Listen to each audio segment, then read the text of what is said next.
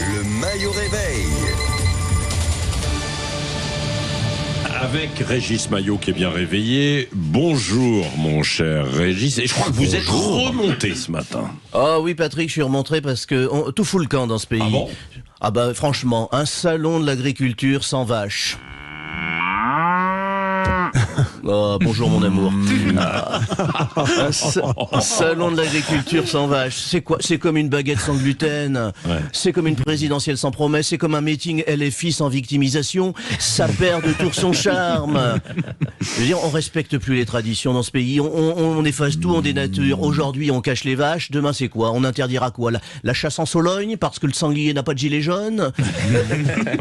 Les moules frites sur les plages du Nord parce que les coquillages sont pas vaccinés. Voilà. Franchement, Patrick, où va-t-on? Où va-t-on? Où va-t-on? Et justement, je sais Régis qu'il y a une info qui vous a fait réagir. Oui. C'est en Corse un homme qui a été mis en examen après la découverte d'une cache d'armes, tout simplement, dans sa cave.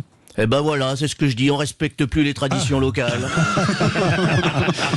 C'est de la cancel culture, ça, monsieur. Je veux dire, à ce rythme-là, c'est plus un homme qu'il faut mettre en examen, c'est l'île entière. Je veux dire, alors, on découvre des armes en Corse. Ah bon? Bah, c'est comme découvrir des skis dans un placard à Chamonix, quoi. Je veux dire, une cache d'armes dans une cave en Corse, c'est du vivre ensemble. C'est comme un tonneau de vin à Bordeaux, on appelle ça un patrimoine. Ou un saucisson dans le Cantal, on est surpris seulement quand il n'y en a pas. Franchement, je veux dire, si la justice commence à fouiller toutes les caves de l'île, va falloir ouvrir une annexe au tribunal de Bastia, hein, directement sous sol. Parce que tout le monde le sait, les armes, ça se conserve mieux en cave. Température constante, à l'abri de la lumière, c'est comme les grands crus. D'ailleurs, certains fusils sont millésimés, tiens.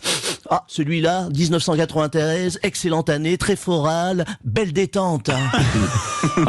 Bon, j'ai lu la liste du procureur quand même, c'était garni, hein. Explosifs, grenades, fusils de guerre, on n'est plus dans une cave, on est dans un sous-sol d'un film de Tarantino quand même. Alors le propriétaire, un Oui. septuagénaire, a d'ailleurs expliqué que ça appartenait à son fils. Si, bah en Corse, la transmission c'est sacré. Ah ouais.